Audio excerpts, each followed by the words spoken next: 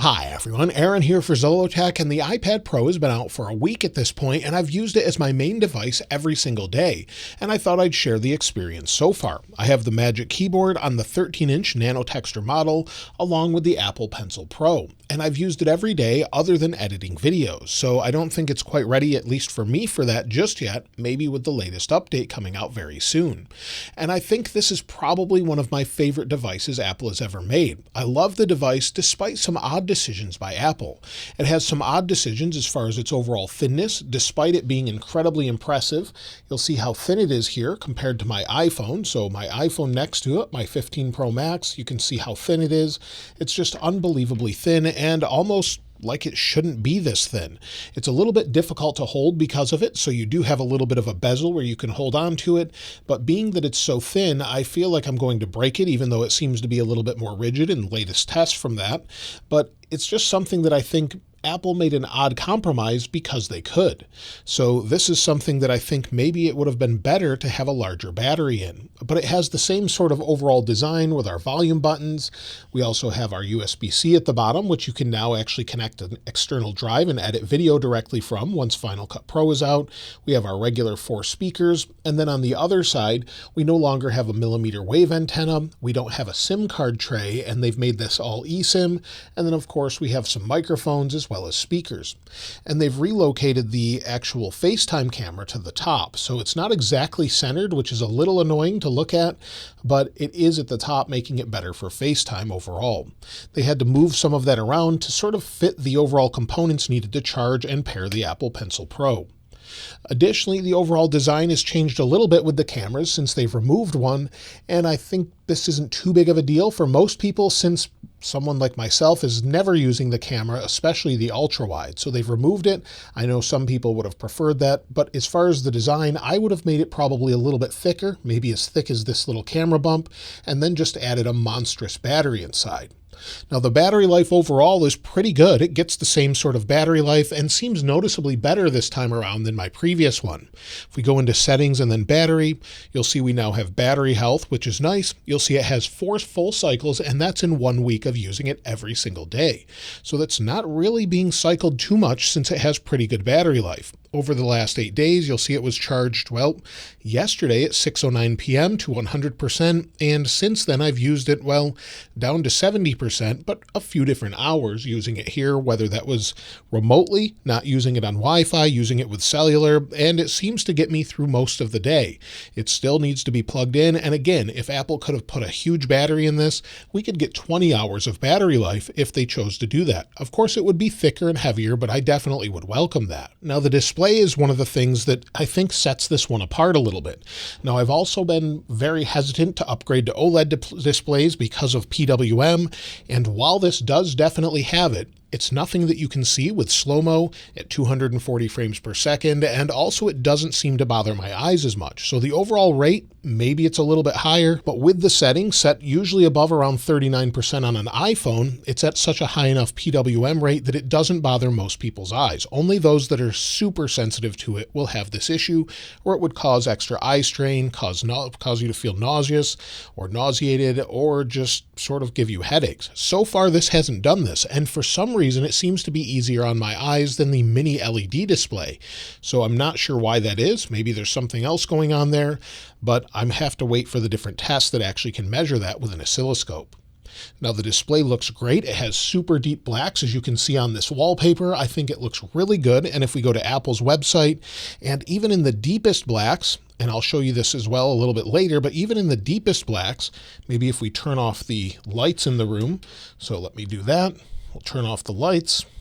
And even with the deepest blacks, it just looks deep black. There's nothing turned on here since OLEDs self-light the back panel, and you can see as we're switching through, it just looks really great. Some people have actually said that it can look grainy at lower lightness or brightness levels. I don't really notice that, and maybe it's because I have a Nano-Texture display, but that's sort of something OLED panels do from time to time. So I really have no complaints as far as that goes whatsoever, and there's no blooming when you're moving your mouse around. So again, if I bring in the display, connect it to the Magic Trackpad or the Magic Keyboard with the trackpad, and move it around here, let's go back and turn the lights back off here. So we'll turn those off, go into Safari, and just moving the mouse around on a black area, you're not seeing blooming anymore where you would before, as the backlight would sort of brighten up that area. So blooming is gone, and there doesn't seem to be blurring, as the refresh rate seems to be quite high.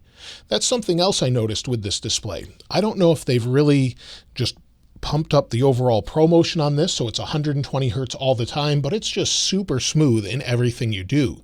Where before it felt like sometimes it would start off slow and ramp up, this just feels like it's 120 Hertz all the time.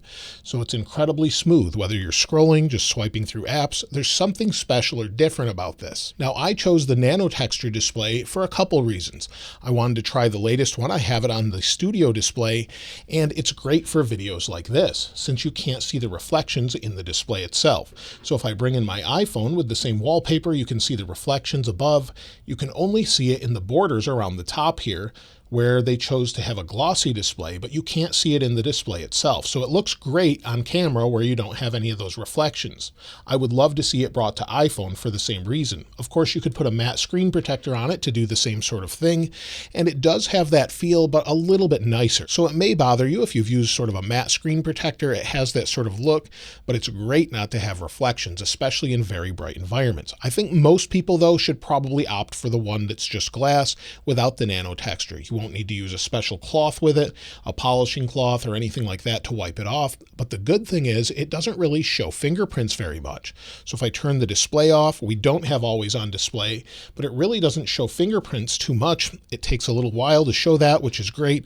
And then the nano cloth just wipes them off very easily. This is actually the one from the studio display, but the same sort of texture, wipes it right off, keeps it clean, and it doesn't seem to scratch very easily despite the Magic Keyboard maybe pushing against it. We'll talk more about that in a little bit. It's super fast to unlock. The overall display just looks great. I think it's phenomenal when you're watching movies. And when it comes to the overall speakers, well, the speakers are a little bit different this year. If we take a look at them with magnet paper, MKBHD first noticed this, but if we take a look, and if I bring in magnet paper, you'll see that the overall speakers, I'll link this in the description below if you want to check it out, but you'll see there's magnets arranged, and then the speakers are circular this time around instead of being oval. So they've changed that and also changed some of the locations of the magnets so it no longer works with the older Magic Keyboard, or at least it won't stay in place. You technically can use it through the pogo pins on the side or the smart connector as Apple calls it, and it will work, but it doesn't stay in place. So you'll need to buy additional accessories there. But the speakers are in different spaces, and because it's in a thinner space, it seems to have a little bit less bass or so. So if we take a listen,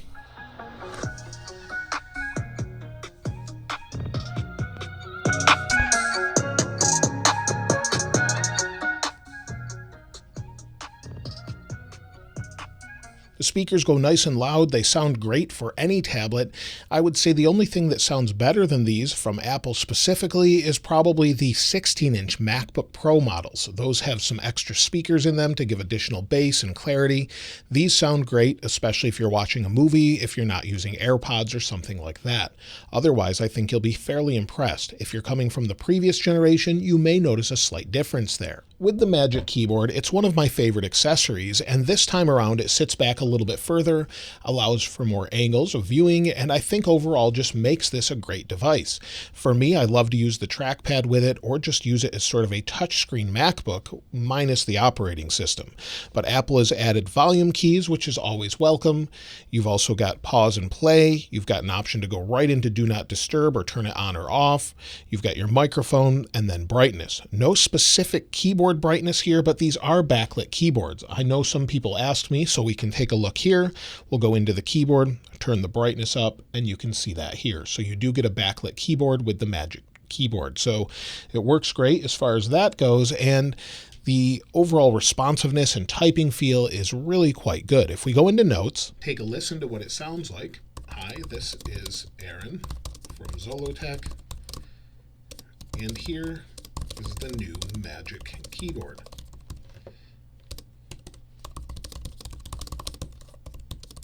So the overall keyboard sounds pretty good, and the haptic trackpad, it's now haptic. It has a little motor in it, so you can press anywhere and it gives you feedback. So it's not spring-loaded like the other one. It feels much more like a MacBook this time around. Very high quality and works great.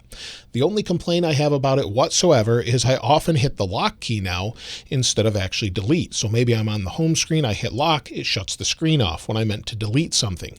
It's something that I have to get used to since delete used to be in the far right corner. So I'd rather have the buttons here, but it's just something I've noticed using it over a week or so. The Magic Keyboard initially had me concerned because it's aluminum now and maybe it could scratch the display. Depending on the overall hardness of the materials, that may or may not happen, but Apple's thought of this and put a rubber gasket around it.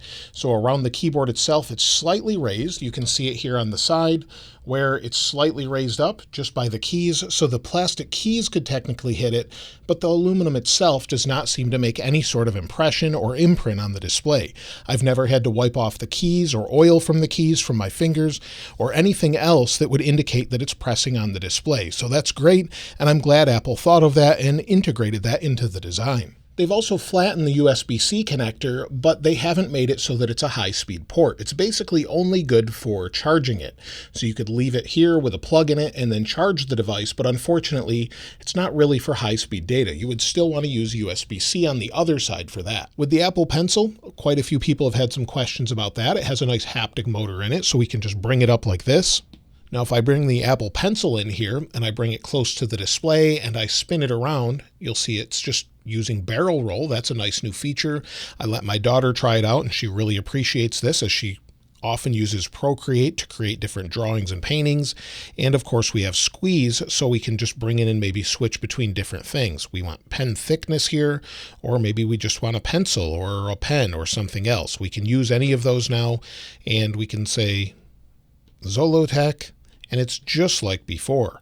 So it works really well, and it's exactly what you would expect. Some people have asked, of course, what does it sound like on a Nano-Texture display? Does it feel any different?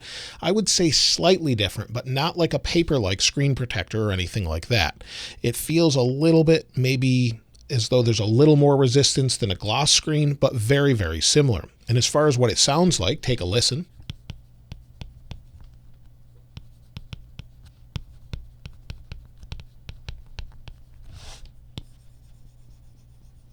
So as you're scribbling back and forth, there's almost no sound whatsoever, just the taps from maybe lifting your pencil and then placing it back on the display.